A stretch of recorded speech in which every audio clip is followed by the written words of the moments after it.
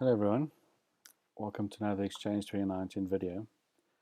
In the previous video we showed you how to launch the Exchange Management Shell from Windows Server Core.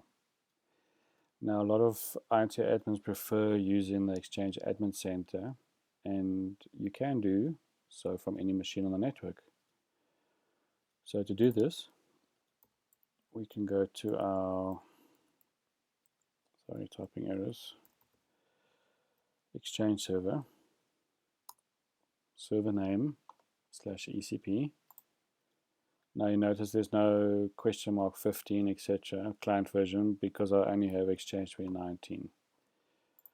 Go to the web page and this is where you log in.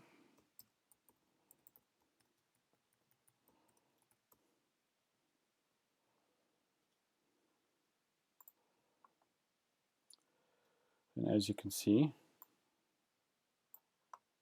you don't have to be on the Exchange server directly to be able to manage them.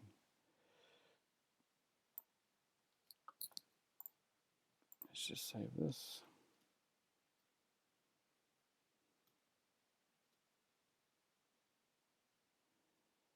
Give it a few seconds to load.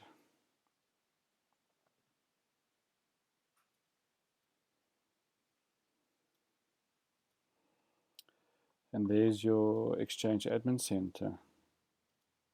Because it's browser based, just like 2016 and 2013, can pretty much feels like I'm on the server itself, but I'm actually just on a browser.